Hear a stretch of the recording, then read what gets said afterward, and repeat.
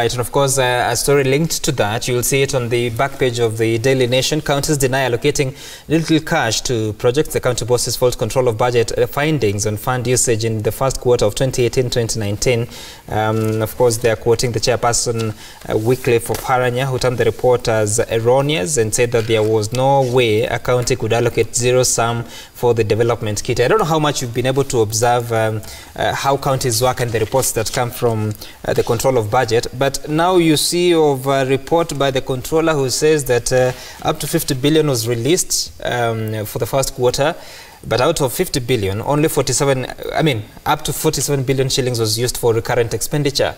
Just about 3 billion shillings was used for development across the 47 counties. Now the chairman of the COG is disputing that. What's the truth? I think, again, for me, Kenyans, we need to talk about this and understand. How do counties get the money they need? Two ways. There's allocation from the national government and national resources, that there's a formula for distribution to the counties. Right. There's a second way county governments get revenue.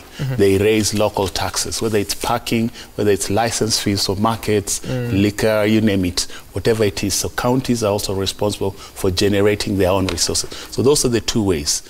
These resources that they bring in, then they have to be accountable for how do they use them.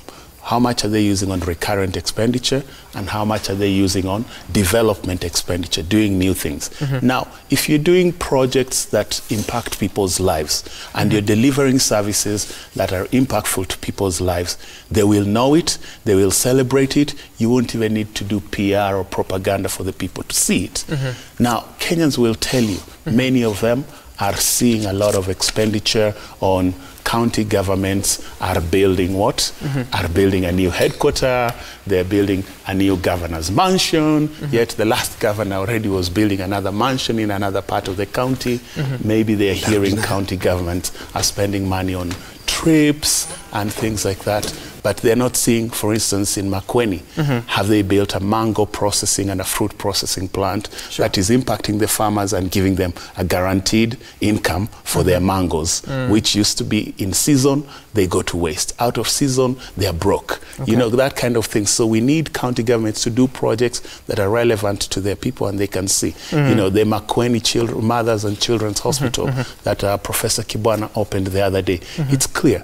Then there are counties in this country where you can't show anything. There's nothing to show. Right. For me here in Nairobi County, one of the devolved functions is early childhood education and development. Nairobi County in the last term and now, under this new governor, have not done any ECD project in Kibra constituency. So children since 2013. Yes, so we talk about free basic education, free primary education. County government is supposed to provide ECD.